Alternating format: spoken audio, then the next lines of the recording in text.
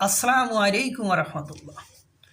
Khulna railway স্টেশনে হুলুস্থুলুস কাণ্ড, মানে ঘটনা যেটা ঘটার কথা নাই সেটাই মনে হয় এখন বেশি ঘটছে।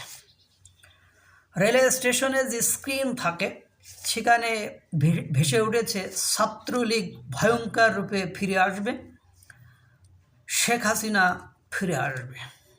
এটাই স্ক্রিনে, আমরা জানি স্ক্রিনে ওটা বারবার উঠতে থাকে। এটা একেবারে স্ক্রিনে ভেসে উঠেছে। এইটা নিয়ে হুলুস্থুলুস একটা কাণ্ড বেঁধে গিয়েছে। স্থানীয় জনগণের মধ্যে ক্ষোভ। তারা এসে এই স্ক্রিনের যে নিয়ন্ত্রণ করে আসলাম হোসেন ওরফে অফিস সেন্টু, ডিজিটাল স্ক্রুলিংয়ের বিষয়গুলো তিনি কন্ট্রোল করেন। ওই স্ক্রিনে কী লেখা হবে তা তিনি নিয়ন্ত্রণ করেন, তিনি দেখভাল করেন। তার কাছেই পাসওয়ার্ড, তার কাছেই কোড, সব কিছুই তার কাছে। বিষয়টি দেখার পরে রেলওয়ে কর্তৃপক্ষ সেটা বন্ধ করে দিয়েছে এবং আসলাম হোসেন ওরফে অফিস সেন্টুকে গ্রেপ্তার করে পুলিশ নিয়ে গিয়েছে। এখানে একটা রহস্য হলো, আসলাম হোসেন ওরফে অফিস সেন্টুকে দেখে পাগল বা মাদকাসক্ত মনে হয়নি।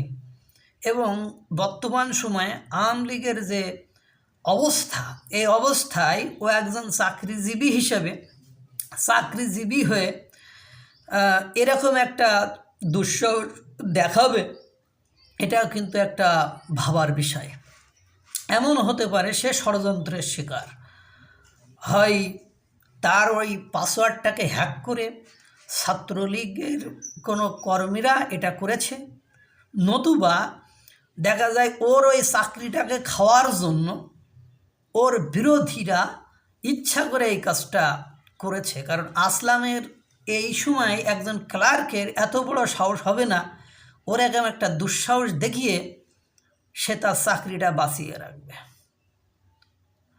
এখন ও হতে পারে ষড়যন্ত্রের শিকার, হতে পারে এরকম যে তার পাসওয়ার্ড হ্যাক হয়েছে, হতে পারে তাকে ফাঁসানোর জন্য বা তার চাকরিটা খাওয়ার জন্য তার বিরোধীরা বা তার মানে স্থানীয় শত্রু বা তার ব্যক্তিগত শত্রুরা এটা করেছে।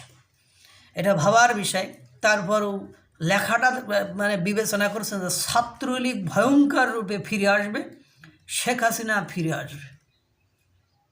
আবার এমনও হতে পারে যে খুলনা শহরটার যারা আন্দোলনকারী তারা ঝিমিয়ে যাচ্ছে বা তারা কোনো মুভমেন্ট করতেছে না বা তাদের চালচলন স্থবির হয়ে যাচ্ছে, তাই তাদেরকে গা গরম করার জন্য এরকম একটা কর্মকাণ্ড করে তাদেরকে আবার চাঙ্গা করার জন্য এটা হতে পারে। এটা একটা ষড়যন্ত্রও হতে পারে, হতে পারে অনেক কিছু।